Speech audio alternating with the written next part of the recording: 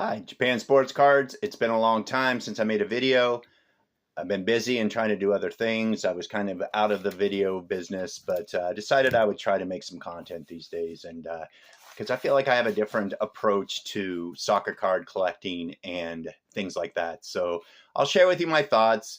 They may be a little contrary to some of the narratives that you hear, or maybe they're the same. I'm not quite sure, but I will share with you my thoughts about the National. I went to the National in Chicago this year. I only went one day for Friday. I bought a one-day ticket, general admission to go on Friday.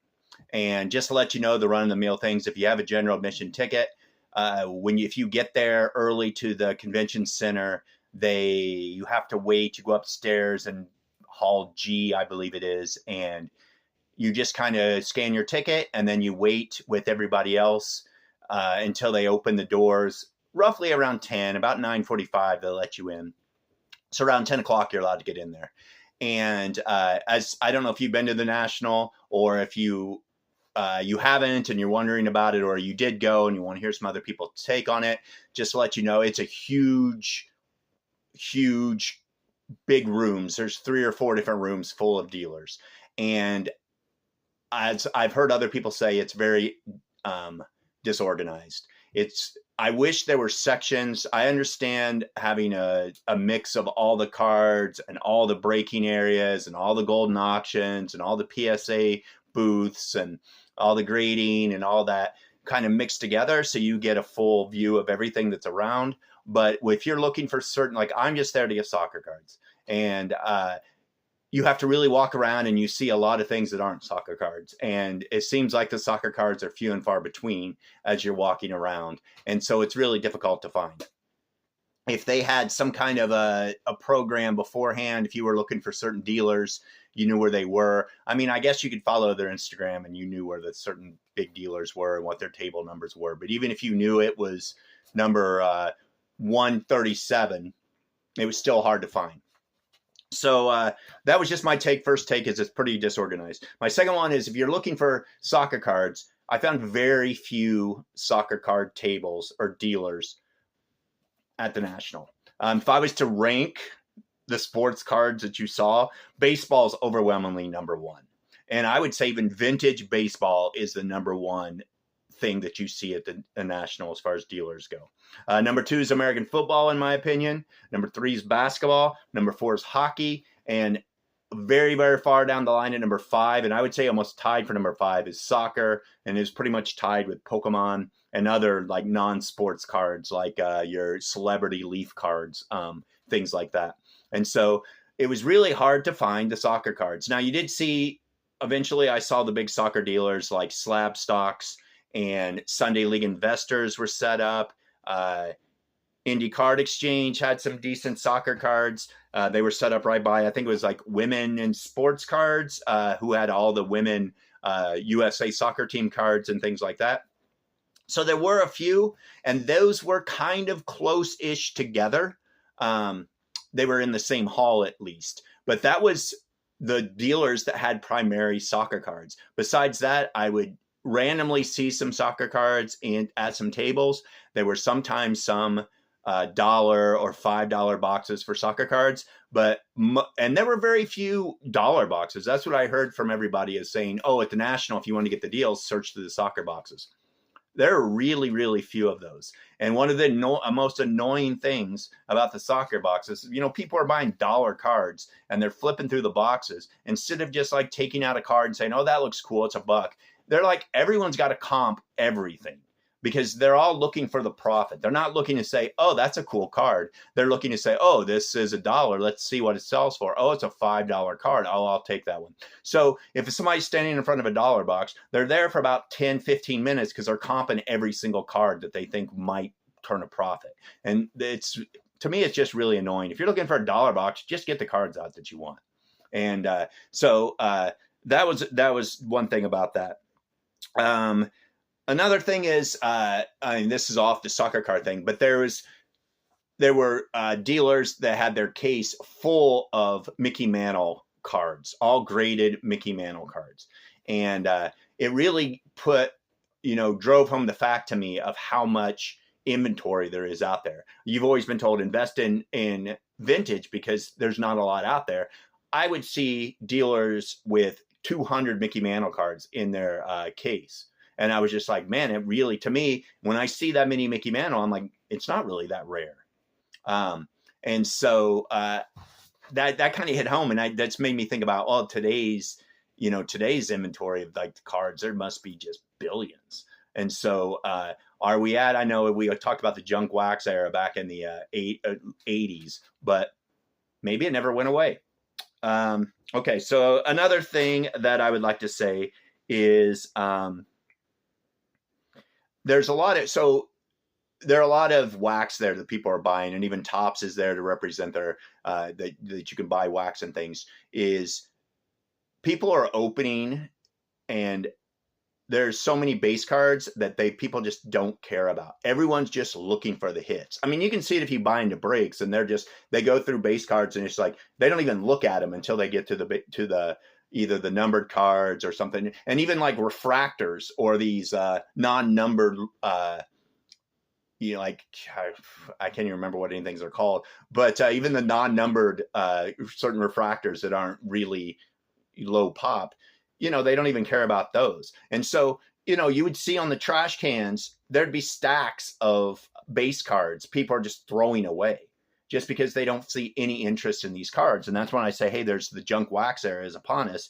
I kind of see that because there's so many base cards, so much product being put out, and then no one cares about them. It's all about making a profit. And people want to make sets of vintage early 60s baseball. It was really cute to me to see the collectors that have their handwritten list, and they're looking through these boxes of commons and striking out the cards that they find and really looking. I mean, that's, to me, there's the true collector. And that's what kind of got me interested in sports cards in the first place. But you don't see anybody with their lists looking for brand, like striking off, making 2022, 23 Topps Chrome Jade or Topps Chrome Carnival, or Topps Chrome National set, trying to get every single card. There's just no interest in base. And so that became very, very obvious to me.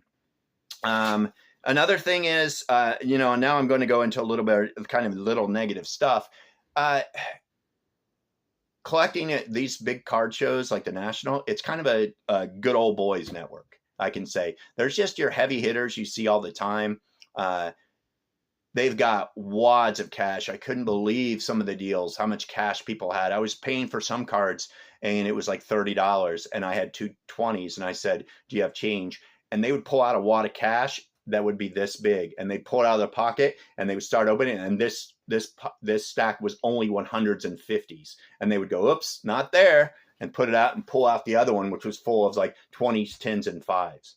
And it was just an unbelievable amount of money that was being involved with these things. And it's so far out of my league. It just kind of turned me off. It's like, to me, I don't collect just for the money and for the bottom dollar.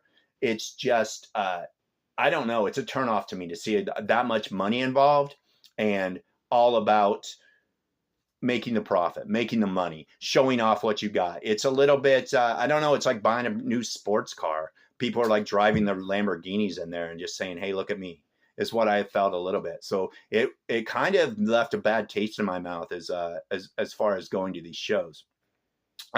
So that was pretty much the show for me. You did a lot of walking around. You did see some very cool cards.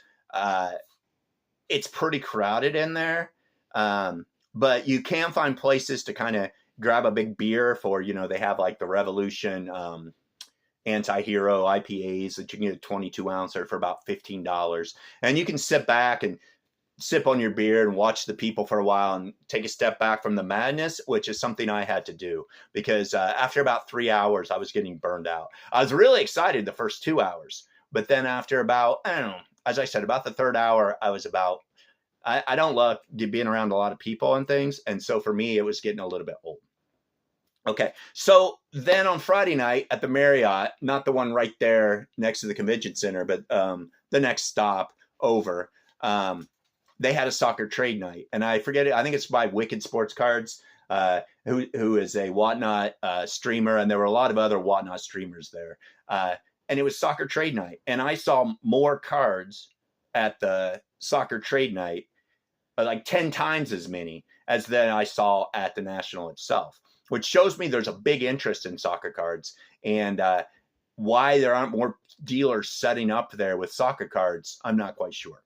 And so, there were a lot of, it was a little bit like show and tell a little bit, because people mainly brought, everyone's carrying around their cases, their, whatever those cases are called, Pelican cases or whatever, with, protected with all their slabs. Most of it was slabs, and most of it was high end. And I don't know how much actual trading of these high end cards were going on. It was mainly like people walking around, although I did see deals with, a lot of Messi autographs, and $3,000 being spent for a Messi autograph, or like Erling Haaland card and a Messi being like traded and going on like that. So maybe people are, trading Messi autographs, or a Haaland autograph and $2,000 for a Messi autograph. So I did see those kind of things. But one thing I did see is there seems to be an extremely loose definition of PC, because I would see people looking for cards and they would say, oh, this is for my PC. Oh man, I've been looking for this card. It's my PC. They would buy it, go over to where they have their card set up, set it down with a price tag, ready to sell it. And if I'm saying it's something for my PC, 5 minutes later, I'm not looking to sell it. And so I think there's a really loose definition of PC. And it's really funny for me when people say like, oh, Jude Bellingham's my PC. And I'm like, man, that PC's been going on for quite a few years, hasn't it? It's just really funny to hear the PC thing is thrown around all the time. I did feel, for me, I had a little bit of my collection. I brought like what I thought people might be interested in wanting to sell. And it was like, numbered Messi cards from Topps Chrome, and some color of like 2017-18 Topps Chrome that I thought people might be interested in. But I didn't have any slabs with me, and I felt kind of inadequate. I didn't even bring out my cards. I didn't even feel like spreading them out, because I felt like people would come by and be like, no Messi autos? No Ronaldo autos? Okay. No Pele's? All right, thanks. Because it just was incredible how much they have. And, but all the like Sunday League Investors was there, and Barry from Hive Live Sports or whatever he is. And, Sports Card Investor was there walking around. So they got a lot of the heavy hitters there and showing off their cards. But, by that time there's all this like, this bromance going on. And that's the thing with Soccer Card. I bet you it was 99% guys walking around there. It's not a place where there's a lot. I don't know. It's still a man's world. I thank God for the women that are there, because, but my goodness gracious, it's like a lot of bromance going on with these collectors and things. And because I'm older, and I'm not such a, hey, that kind of thing. And I'm also not, spending the big dollars. I also feel like some of those collectors, those bigger name collectors, they don't really have any interest in talking to me or discussing. And I know you're meeting a lot of people, and it's a long day and things like that. But every time I feel again like I'm a little kid going to the sports card shows and getting blown off by the big time collectors. And maybe for me, I'm just not willing to spend thousands of dollars on sports cards. For me, if I go, and I think I spent a total of about $140 at the National, that's still a significant $140 for me. And that's a plus with a hotel and $20 just to get into the show, and buying a $15 beer. It's it adds up. And so, but I felt like for some people that's like chump change. And so I guess that's just my take on the National. So I'm sure other people had other areas. I'm glad I went. I could only handle one day. There's no way. I was thinking about going the second day, and I was like, nope, I'm out. So, well, thank you for watching. And hopefully, as I said, maybe I'll make some more of these or something, but hope you're all doing well.